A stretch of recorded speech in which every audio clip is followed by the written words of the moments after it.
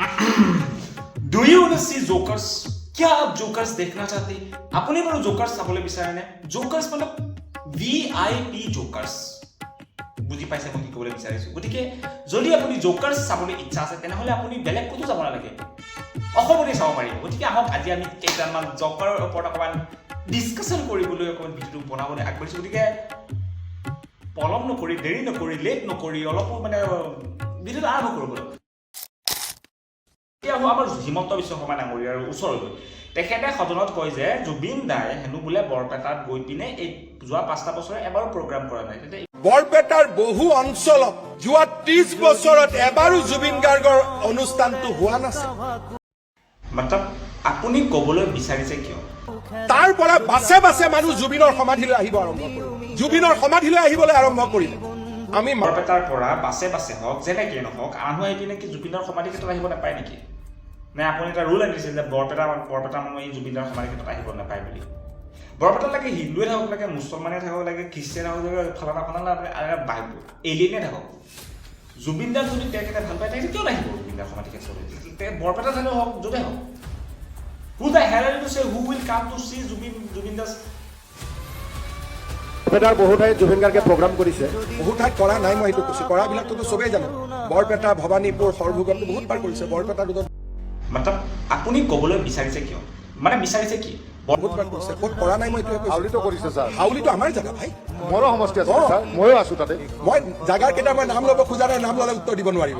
এই কথাটোৰ পৰা মই এটা কথা বুজিব পাৰিলো, মতলব য'ত অসমৰ য'ত বিজেপি আছে বা ভাৰতৰ য'ত বিজেপি আছে সেইসকল আছে তেওঁলোকৰ, বাকীবিলাক চব বাংলাদেশী। হয় গাইছ, আপোনালোকৰ যদি আশে পাশে কোনোবা যদি মানে হেৰি আছে বিজেপি নথকা কোনোবা যদি অন্য দলৰ যদি কোনোবা MLA আছে MLA আছে তেনেহ'লে আপোনালোকে চিধা তাত বাংলাদেশী বুলি টেগ কৰি দিব। হিমন্ত বিশ্ব শৰ্মাই ক'লেই দেখোন য'ত সেইটোৱে মানে ইনডাইৰেক্টলি ডাইৰেক্টলি সেই একেটা কথাই বুজাব বিচাৰে। অমুকটো যদি আমাৰ জেগা তাৰ মানে বাকীকেইটা বাংলাদেশী।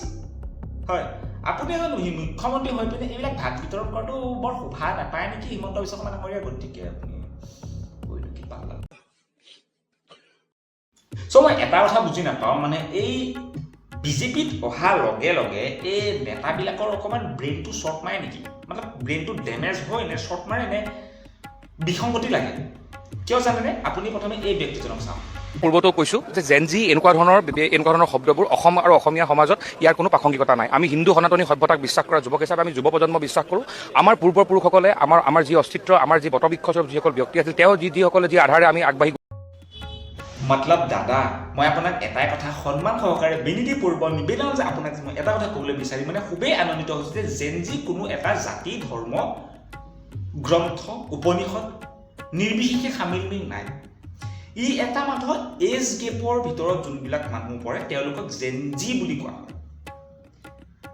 ই যিকোনো কাণ্ট্ৰি হ'ব পাৰে, যিকোনো ৰিলিজন হ'ব পাৰে, অসমীয়া হ'ব পাৰে, হিন্দু হ'ব পাৰে, মুছলিম হ'ব পাৰে, বঙালী হ'ব, চব জেনজি হ'ব। এটা এজ গেপৰ হ'লে চব জেনজি হ'ব পাৰে। কিন্তু কিছুমান আছে আকৌ বুঢ়াখাই নিজকে জেনজি বুলি কয়, বৰ মানে দাঁত বুকু পিন্ধাই ফুৰে, মোৰো বল আছে, সেইবিলাকো জেনজি নকৰে। আপুনি সেইবিলাকক ধৰি কথা ক'ব পাৰে কিন্তু নকয়, জানো বাৰু সেইটো। অসমীয়া সমাজত ইয়াৰ কোনো প্ৰাসংগিকতা নাই। আমি হিন্দু সনাতনী সভ্যতাক বিশ্বাস কৰা যুৱক হিচাপে আমি দাদা মই আপোনাক দেখি মই সঁচাকৈ মানে গম পাই গ'লে বিজেপিলৈ অহাৰ লগে লগে মানুহবোৰৰ ব্ৰেইনটো মানে শ্বৰ্ট চাৰ্কিট বা স্পাৰ্ক হয় নাইবা মানসিক বিসংগতি ঘটে তেওঁলোকৰ। আই এম চৰি টু চে বাট ৰিয়েলিটি ইজ অলৱেজ হাৰ্ড। হয়,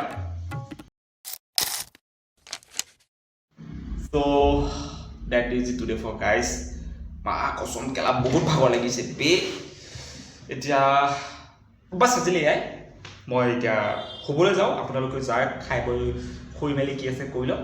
আৰু ভিডিঅ' যাতে কোনো পাৰ্চেণ্ট নলয় দেই। ভাৰত মাতা কি জয় অসম। অ'কে, হ'ল বাই